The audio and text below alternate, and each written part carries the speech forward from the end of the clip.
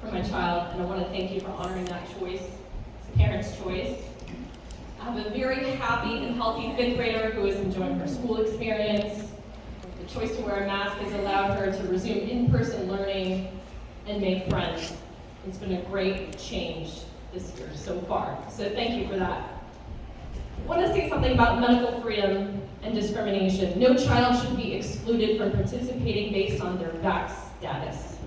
As you all may be aware, Texas protects freedom for childhood vaccinations through the HHS waiver, available on the Texas Department of Health website for free. Parents, you can download it.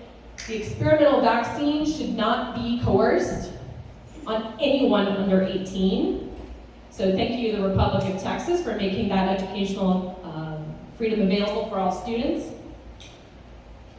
I love my community, and I'm grateful to be part of it here. Thank you. Thank you. Okay, Tara is next, and then on deck is... I'd like to remind you all that our schools are not hospitals or medical facilities. We do not have a right to mask up our children, go against the Constitution, require a vax passport to open our schools a little further, or any kind of COVID testing. You cannot make us do medical procedures or ask for any of our medical records. That violates the Constitution, our HIPAA laws, and then you get a judge to sign in the mask order that is under investigation by the Texas Rangers and the FBI for courting COVID-19 tests. Also, are you aware that the same day that we had the last school board meeting, that multiple news outlets had to bring a retraction as they had grossly overinflated the COVID cases in children in Texas? The Texas Tribune retraction from August 12th stated that the original number of children reported to have contracted COVID in the 7-day period was over $5,800, while the correct number was 783. That's one heck of a correction after the fear and panic had already set in. There are over 9 million children in Texas. Suicide rates are higher. Okay, thank you. Okay, Aspen Loudon, you're up next, and Helen Carter is Carter.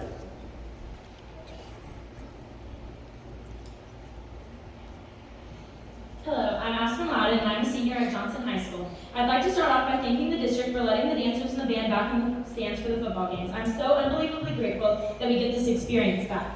With that being said, I feel that we should allow pep rallies at normal capacity, whether they are indoor or outdoor. I feel that it is possible to successfully make these in-school pep rallies optional, therefore a student can choose to attend the pep rally or not, even if the pep rally is during a school day. The district just recently came out this afternoon saying that we can only have outside pep rallies or inside single grade level pep rallies. I'm sorry, but that is the most ridiculous thing I have ever heard. For nearly a month now, the Spirit Squads and the staff members have been planning and preparing for these pep rallies, and thank you for the 2-day heads up, by the way. That's just great. I'm just going to tell you right now that at Johnson, the gym is the best way to incorporate the whole school, and outside pep rallies would be extremely difficult for us to pull off. I understand that under y'all's COVID rules, COVID can't be spread outside, but by moving pep rallies outside, students will have to cram together and will not have any much more room than they did have whenever they were inside. So thank you, Aspen. Be back my senior year. Thank you, Aspen. Okay, Helen Carter. Ferreira.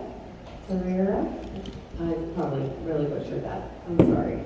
Angela is on deck. Thank you.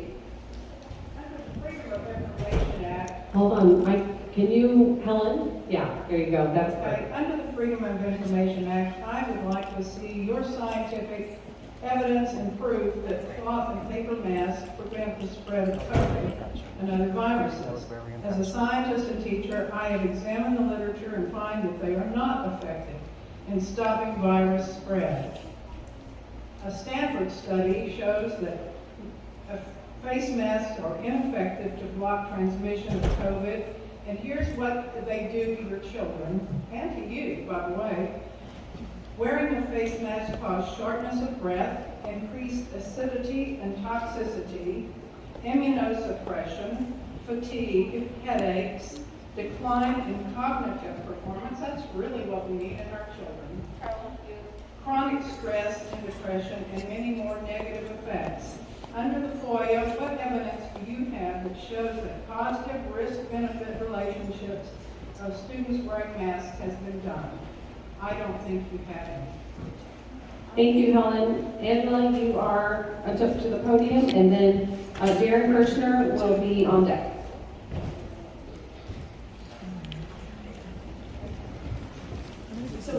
about public health, we ignore the truth of the statistics of high survival rates and recovery rates. We neglect the mental health component of health by dehumanizing kids, by robbing them of the important facial expressions and social cues needed for development, as well as the visual learning needed with language development. I ask that all aspects of health and learning be focused on and all statistics be acknowledged. I am asking for the district